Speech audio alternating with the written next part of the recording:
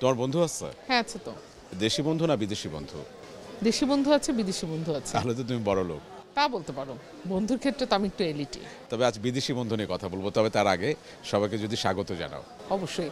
আগামী প্রকাশনী নিবেদিত 21-এর বইয়ে আপনাদের সবাইকে স্বাগত জানাচ্ছি। আমি জিনিয়া কবির সূচনা, আর আমার সাথে আছে নীল মাহবুব।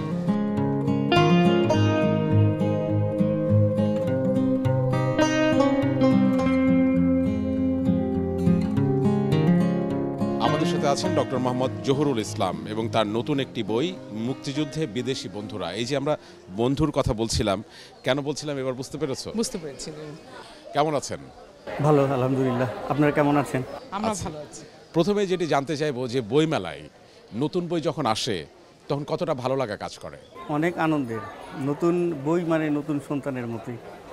অনেক দিনের কষ্টের ফসল যেহেতু এটি যখন বইমেলাতে আসে, আলোর মুখ দেখে, পাঠক যখন বইটা নাড়াচাড়া করে, সত্যি মানে একটা অন্যরকম আনন্দ মনের ভিতরে দোলা দিয়ে যায়।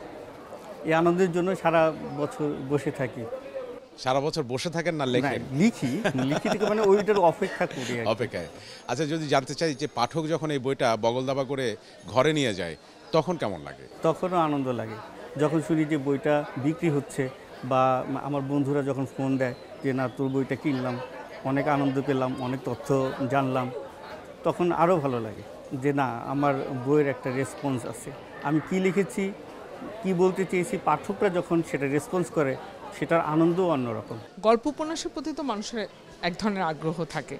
ইতিহাস ভিত্তিক বইয়ের প্রতি আপনি তো ইতিহাস নিয়ে লেখেন, সেখানে পাঠকের আগ্রহ কতটুকু দেখেন? যেখানে জিজ্ঞাসা সেখানেই আনন্দ। বিষয়টা হচ্ছে যে জিনিসটা পাঠক জানে না বা সাধারণ জনগণ জানে না, আমি ওইটাই নতুন করে উন্মোচন করি, সেটা গবেষণার মাধ্যমে শেকড় থেকে তুলে নিয়ে আসি, তখন কিন্তু এটার একটা থেকে যায়, রেস থেকে যায়, এবং লোক যারা পাঠক তারা পড়ে আনন্দ পায়।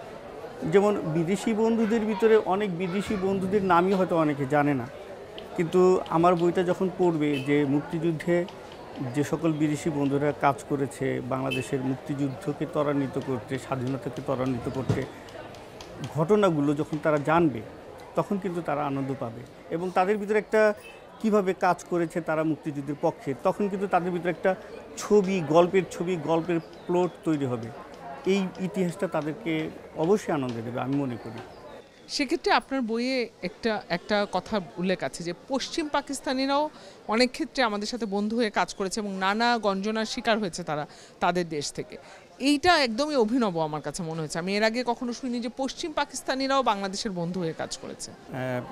এই গ্রন্থে এটা একটা নতুন অধ্যায়, এবং ভবিষ্যতে এটা নিয়ে আমার অনেক কাজ করার ইচ্ছা আছে।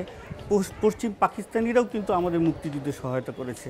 যেমন খান ওয়ালি খান, যিনি হচ্ছেন আমাদের পাখতুন নেতা যিনি ছিলেন, তার দ্বিতীয় সন্তান, তিনি কাজ করেছেন। তারপর বেগম নাসিম আক্তার হুসাইন, উনি কাজ করেছেন। আসমা জাহাঙ্গীরের যে বাবা, তিনি কাজ করেছেন। মীর ওয়ারিস মীর, যিনি সাংবাদিক জার্নালিস্ট ছিলেন, তিনি আমাদের পক্ষে কাজ করেছেন। খান আব্দুল গাফফার খান, তিনি আমাদের পক্ষে কাজ করেছেন, এবং তিনি কিন্তু অনশনও করেছেন।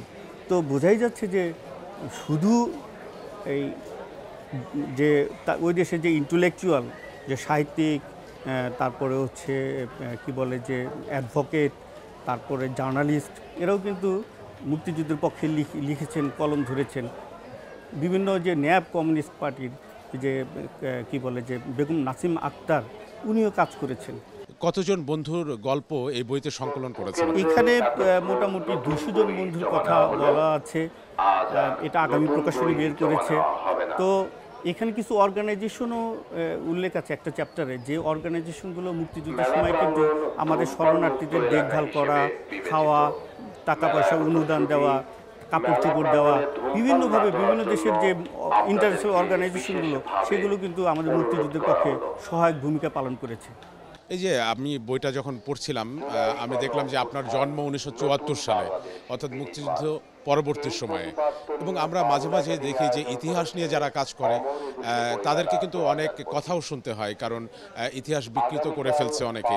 তো এই যে মুক্তিযুদ্ধ পরবর্তী আপনার জন্ম, এবং তারপর এই যে ইতিহাসটা আপনি তুলে নিয়ে এসেছেন মুক্তিযুদ্ধে, অনেক সময় আমি যখন দেখতে পারি যে মুক্তিযুদ্ধের যে ইতিহাসগুলো অনেকগুলোই ডকুমেন্টারি নয়, তথ্যভিত্তিক নয়, তখন আমি চিন্তা করি, আমার নিজের তাগিদেই অনুভব করি যে এই অজানা বিষয়গুলো আমি যদি পাঠকের কাছে তুলে দিতে পারি, দেশের কাছে তুলে দিতে পারি, এটা আমার একটা সার্থক, মানে এই কাজটা আমার সার্থক বলে আমি মনে করি। যে না, আমি একটা অজানা অধ্যায়, অজানা বিষয়টাকে ডকুমেন্ট আকারে অর্থাৎ তথ্যভিত্তিকভাবে আমি বাংলাদেশের কাছে উপস্থাপন করলাম, সেটা হয়তো যুগ যুগান্তর থেকে যাবে ইতিহাসগুলো, যারা আমাদের মুক্তিযুদ্ধের কিন্তু পক্ষে সেই কাজ করেছে। তথ্যগুলোর উৎস কোথায়? সেই তথ্যগুলো আমার তথ্যগুলো আসলে এই পুরো বইটাই হচ্ছে গবেষণাধর্মী গ্রন্থ। আমাকে এটা 10 বছর কাজ করতে হয়েছে।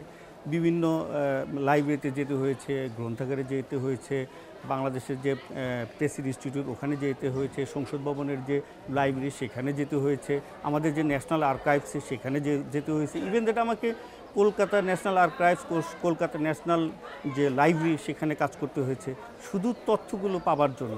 এবং আমেরিকান যে সিক্রেট ডকুমেন্টসের যে কিছু বিষয়গুলো, সেগুলো আমরা পররাষ্ট্র যে মন্ত্রণালয়, যে আমাদের পররাষ্ট্র যে একাডেমি যেটা রয়েছে, ওখানে একটা লাইব্রেরি আছে সমৃদ্ধ, সেখান থেকেও আমি এই তথ্যগুলো সংগ্রহ করেছি। সূচনা, একটা বিষয় না আমার ভীষণ রকম জানতে ইচ্ছে করছে, সেটা হচ্ছে যে যারা মুক্তিযুদ্ধ করেছে তাদের অনেকেই কিন্তু এই মুহূর্তে বাংলাদেশে নেই, তারা হয়তো এপারেই নেই, ওপারে পাড়ি জমিয়েছে। আমি একটু জানতে চাই যে 200 জন বিদেশি বন্ধুর গল্প আপনি এখানে তুলে ধরেছেন, তাদের মধ্যে কয়জন এখন পর্যন্ত বেঁচে আছে, কয়জন নেই? অনেকজনই চলে গেছেন, ম্যাক্সিমামই চলে গেছেন, হয়তো 2-1 জন আছেন যাদেরকে আমরা আসলে ওইভাবে খুঁজে পাই না, এখন জানতেও পারি না তারা কী অবস্থায় আছেন, না হাসপাতালে আছেন না বাসায় আছেন।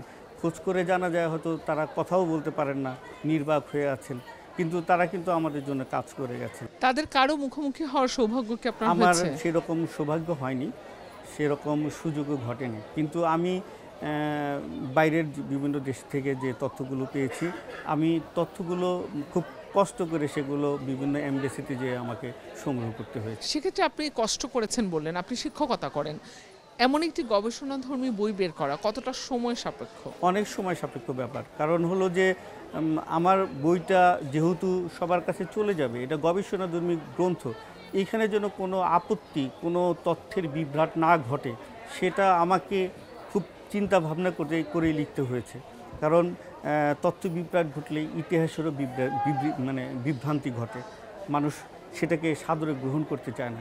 এজন্য আমাকে সবসময় খেয়াল রাখতে হয়েছে যে তথ্যের যাতে কোনো বিভ্রাট না ঘটে এবং পরিপূর্ণ তথ্য থাকে, এবং তথ্য যাতে ত্রুটিমুক্ত থাকে, সেগুলো থেকে আমার খেয়াল করতে হয়েছে সবসময়। আচ্ছা, 71 তো আপনার দেখা হয়নি, কিন্তু সেই 71 নিয়েও আপনি আসলে লিখছেন। এই যে 24-এর গণঅভ্যুত্থান হয়ে গেল, এই বিষয়ে আসলে লেখার কোনো ইচ্ছে আছে কিনা? ইচ্ছা আছে, অবশ্যই ইচ্ছা থাকবে না কেন। সব কিছু নিয়ে যেহেতু আমি কাজ করছি, সো আমি চিন্তা করব যে কিভাবে এগুলো তথ্যভিত্তিক ভাবে ইতিহাসে নিয়ে আসা যায়, সেটা আমার সবসময় চেষ্টা থাকবে। ধন্যবাদ, এই চেষ্টা আপনার অব্যাহত থাকুক।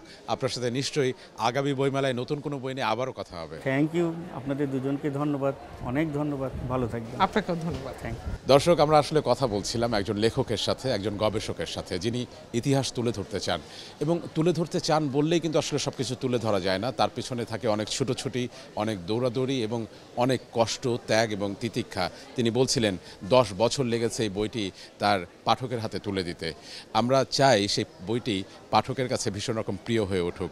সূচনা, অবশ্যই নীল, এবং প্রজন্ম থেকে প্রজন্মে এই ইতিহাস ছড়িয়ে পড়ুক, এই প্রত্যাশা রেখে আগামী প্রকাশনী নিবেদিত 21-এর বই থেকে আজকের মতো বিদায় নিচ্ছি। আগামীকাল পর্যন্ত ভালো থাকবেন, সুস্থ থাকবেন।